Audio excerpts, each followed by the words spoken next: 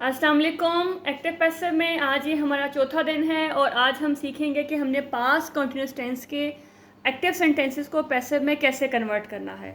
तो चलिए पहले थोड़ा सा रिवाइज कर लेते हैं कि बेसिकली वॉइसेस का स्ट्रक्चर क्या होता है।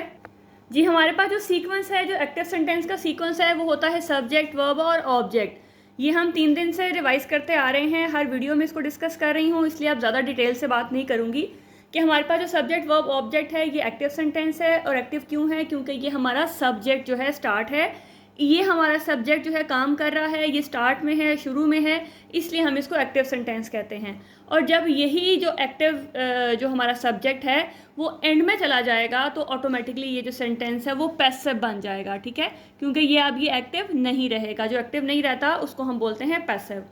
सेंटेंस का जो सीक्वेंस है वो 1 2 3 है एक्टिव में, लेकिन पैसिव में 3 2 1 हो जाएगा।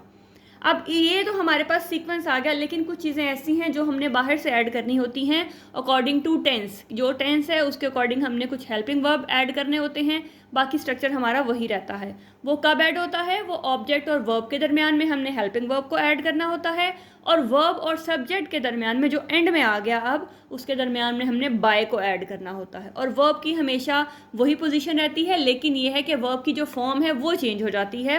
वो कोई भी टेंस है तो उसमें आपने वर्ब की थर्ड फॉर्म लगानी है। तो सीक्वेंस क्या हो गया? सीक्वेंस हमारे पास हो गया ऑब्जेक्ट, हेल्पिंग वर्ब, वर्ब की थर्ड फॉर्म यानी कि जो मेन वर्ब है और उसकी थर्ड फॉर्म आएगी, फिर है बाय और फिर है आपका सब्जेक्ट। और अगर सेंटेंस में कुछ एक्स्ट्रा इन्फॉर्मेशन भी दी गई हो तो वो हमेशा एंड में आती है। तो ये तो हमारा स्ट्रक्चर हो गया था, हमारा सीक्वेंस हो गया। अब हम जिस टेंस की बात करने जा रहे हैं पहले उस टेबल पे आते हैं। हमने उस टेबल को देखना है कि हमारे पास सेंटेंस की पहचान कैसे हमें याद रहेगी और हमने उसमें कौन सा हेल्पिंग वर्ब लगाना है। जी, टेबल पे आ जाते हैं। जैसे हमने बाकी टेबल में देखा कि हमने प्रेजेंट इंडेफिनिट भी कर लिया, पास्ट इंडेफिनिट भी कर लिया, प्रेजेंट कॉन्टिन्यूस भी हो गया, और आज हमने करना है पास्ट कॉन्टिन्यूस। इस टेबल को अगर आप याद रखेंगे तो कभी भी आपको एक्टिव पैसिव नहीं भूलेंगे, चाहे वो किसी भी टेंस का आ जाए, फिर आपके लिए प्रॉब्लम नहीं रहेगी, क्योंकि मैंने ऊपर उसकी पहचान भी लिख दी है और जो हेल्पिंग वर्ब लगाना है वो भी लिख दिया है। तो चलिए बात करते हैं पास्ट कॉन्टिन्यूस की। तो पास्ट कॉन्टिन्यूस में हमें कैसे पता लगेगा कि वो सेंटेंस जो है हमारा पास्ट का है? उसमें हमेशा वॉज वर, वॉज होगा या वर होगा अकॉर्डिंग टू योर सब्जेक्ट, ठीक है। सब्जेक्ट अगर सिंगल है तो वॉज, वो अगर प्लूरल है तो वर। वॉज वर के साथ V1 प्लस ING यानी कि वर्ब की फर्स्ट फॉर्म के साथ ING दिया होगा। हमेशा याद रखना है कि पास्ट कॉन्टिन्यूस में वॉज वर के साथ V1 प्लस ING होगा। उसको पैसिव बनाने के लिए हमने क्या यूज़ करना है? वॉज बीइंग और वर बीइंग, BEING, ठीक है। जो कॉन्टिन्यूस होते हैं उसमें हम BEING लगाते हैं। तो सिंगल है तो वॉज बीइंग, प्लूरल है तो वर बीइंग। इस बॉक्स को याद रखेंगे तो आपके लिए टेंस करना मुश्किल नहीं होगा, बड़े इजीली आप उसको चेंज कर सकोगे। और नीचे आपने ये पहले भी बताया हुआ है कि अगर आपका सब्जेक्ट जो है वो आए है तो वो चेंज होगा। जब वो ऑब्जेक्ट में जाएगा तो me, she, her, he, him, they, them, you में रहेगा। उसके बाद नेम अगर कोई है तो वो नेम में रहेगा, वी अस में, और इट जो है वो इट में ही रहता है। तो इस टेबल को रिवाइज करते रहिएगा तो आपको कभी भी पैसिव वाइज में प्रॉब्लम नहीं होगी। तो चलिए आप सेंटेंसेस को करते हैं। जी, सेंटेंसेस की प्रैक्टिस करते हैं। She was watching a film. जैसे मैंने बताया कि आपके पास हमेशा वॉज वर होगा और साथ में फर्स्ट फॉर्म के साथ ING होगा। तो देखिए यहाँ पे वॉज है, आपका सब्जेक्ट सिंगल है तो वॉज है और साथ में फर्स्ट फॉर्म प्लस ING, तो इसका मतलब है ये होगा हमारा पास्ट कॉन्टिन्यूस सेंटेंस, ठीक है। अब हमने इसको चेंज करने के लिए क्या यूज़ करना है? हमने यूज़ करना है वॉज बीइंग और वर बीइंग। ये दो चीज़ें हैं अकॉर्डिंग टू योर सब्जेक्ट। जब वो ऑब्जेक्ट जब आपका एज अ सब्जेक्ट आएगा तो उसके अकॉर्डिंग आपने यूज़ करना है। बच्चे क्या गलती करते हैं कि अगर आपके पास सेंटेंस में वॉज है तो वो जो आपका पैसिव वाइज है उसके अंदर भी वॉज लगा देते हैं, जबकि ऐसा नहीं होता। जब ये ऑब्जेक्ट यहाँ पे आता है उसके मुताबिक हमने देखना होता है कि वो सिंगल है या प्लूरल है, उसके अकॉर्डिंग आपने अपना हेल्पिंग वर्ब लगाना है। तो चलिए सबसे पहले आपने जैसे शुरू से बताया कि आपने सब्जेक्ट, वर्ब और ऑब्जेक्ट को लाजमी अंडरलाइन करना है। ये है शी, आपका सब्जेक्ट है तो शी क्या कर रही है? वो वॉच कर रही है। ये आपका वर्ब हो गया, क्या वॉच कर रही है? आ फिल्म। तो ये आपका ऑब्जेक्ट हो गया। खाली फिल्म ऑब्जेक्ट नहीं होगा, आ फिल्म, क्योंकि वो फिल्म के साथ लिंक है तो वो भी आपके साथ आएगा, ठीक है। तो अब क्या आ गया? आ फिल्म। अब फिल्म कितनी है? एक है, तो एक के लिए हमने यूज़ करना है was being. A film was being. और हमेशा कोई भी आपके पास एक्टिव का सेंटेंस है, किसी भी टेंस का है, हमेशा आपने थर्ड फॉर्म लगानी है और उसके बाद बाय को ऐड करना है, और बाय के बाद आपका जो सब्जेक्ट है वो जब ऑब्जेक्ट में आएगा तो वो हर में चेंज हो जाएगा। तो a film was being watched by her. I was repairing their bikes. तो देखिएगा पहले आई है सब्जेक्ट, आई क्या कर रहा है, रिपेयर कर रहा है। ये वर्ब है, क्या रिपेयर कर रहा है, देयर बाइक्स, ठीक है। तो ये आपका ऑब्जेक्ट है। तो अब हम इसको लेके आते हैं, तो आप ये आएगा there bikes.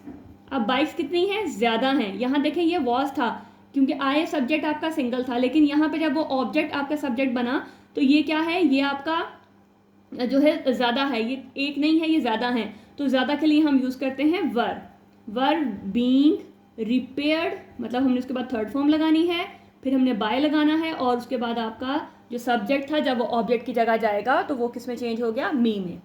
We were not painting the gate. अब ये नेगेटिव सेंटेंस है, इसको छोड़ दें। मैंने पहले भी बताया कि जब भी आपने नेगेटिव या इंट्रोगेटिव करना है तो उसको छोड़ दें, उसको उसकी वजह से कंफ्यूज ना हो।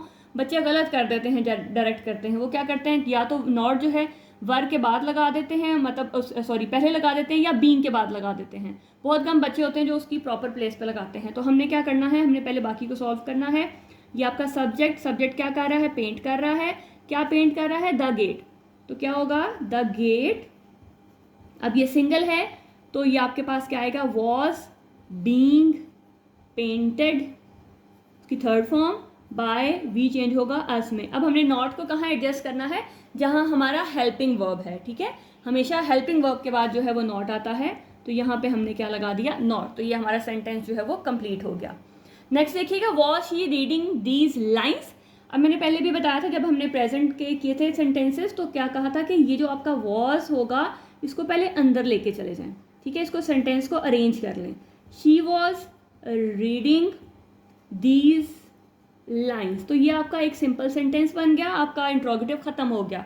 अब आप क्या करें कि इसको सॉल्व करें। पहले ये सब्जेक्ट क्या कर रहा है, रीड कर रहा है। क्या रीड कर रहा है, दीज लाइन्स, ठीक है। तो अब हम इसको सॉल्व करते हैं। दीज लाइन्स, अब लाइन्स ज़्यादा हैं तो वर बीइंग, रीड की थर्ड फॉर्म स्पेलिंग वही होते हैं लेकिन हम इसको प्रोनाउंस करते हैं red. These lines were being red bye हर, ठीक है। अब यहाँ से क्या करना है कि जो आपका यहाँ पे हेल्पिंग वर्ब होगा वो हमेशा बाहर आएगा। तो क्या हो जाएगा sentence, were these lines being red bye हर।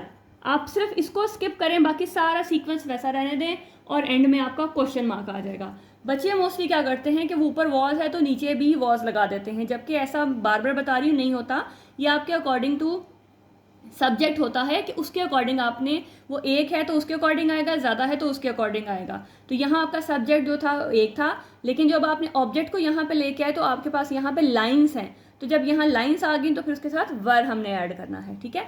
तो वर दे कैरिंग बैग्स, तो सेम वैसे ही करेंगे। अब देखिए यहाँ पे वर है तो मैं इसको अंदर ले गई पहले, तो दे वर कैरिंग बैग्स। तो हम इसको पहले चेंज कर लेते हैं। अब देखें बैग्स भी ज़्यादा हैं तो बैग्स के लिए हमेशा ज़्यादा के लिए हम वर लगाएंगे। तो bags were being carried by them. अब यहाँ भी आपके पास ये बैग्स ज़्यादा थे और यहाँ दे भी ज़्यादा था, तो यहाँ पे ये हमारा वर बाहर आएगा। Our bags being carried by them.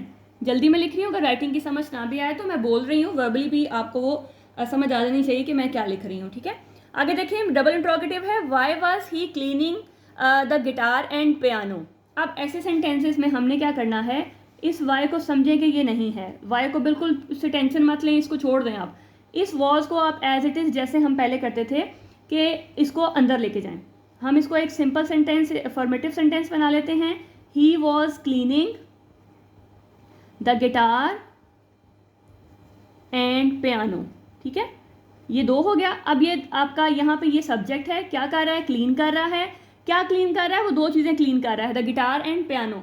तो फिर ये आपका दोनों ही ऑब्जेक्ट होंगे, तो हम क्या लिखेंगे, द गिटार एंड पियानो, क्योंकि दो है ना तो फिर वर बीइंग आएगा।